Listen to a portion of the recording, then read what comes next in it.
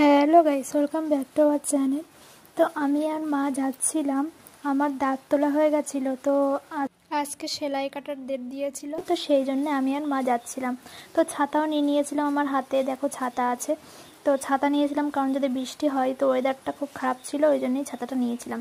তো মেন রাস্তার দিকে যাচ্ছিলাম, টোটো দেখছিলাম, তো টোটো পাইনি।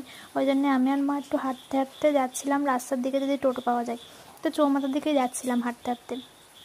তো দেখো আমাদের রাস্তাটা, মেন রাস্তাটা এত খারাপ, পুরো রাস্তাটা মানে গর্ত হয়ে গেছে প্রত্যেকটা জায়গায়।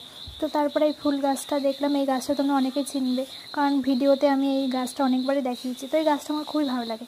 তো আমি আর মা যাচ্ছিলাম হাঁটতে হাঁটতে, এই যে। তো এই দেখো তারপরে মেন রাস্তা, চৌমাথার মেন রাস্তায় উঠেই টোটো পেয়ে গেছিলাম। তো তারপর টোটোয় উঠে পড়েছিলাম আমি আর মা। আর মাকে আমি বলছিলাম আমার খুবই ভয় লাগছে, সেলাই যখন কাটবে তখন যদি ব্যথা লাগে। তো মা বলছিল না না, একদমই লাগে না, মা বলছিল। তো তারপর একটু ভয়টা কমলো। তারপর মা টোটো কাকুকে ভাড়া মিটিয়ে তারপর হাঁটতে হাঁটতে যাচ্ছিলাম। এটা হলো পিসিএম স্কুলের পাশেই ভারত সেবাশ্রম। তো এখান থেকে আমি দাঁতটা তুলেছিলাম, দেখো অনেক ভিড় ছিল।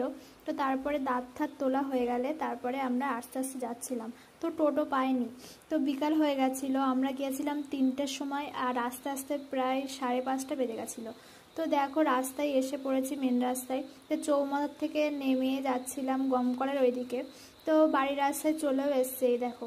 তো সেই ফুলটার জায়গায় চলে এসছি। তো ভিডিওটা ভালো লাগলে লাইক, কমেন্ট, শেয়ার আর সাবস্ক্রাইব করতে ভুলবেন না। রাধে রাধে।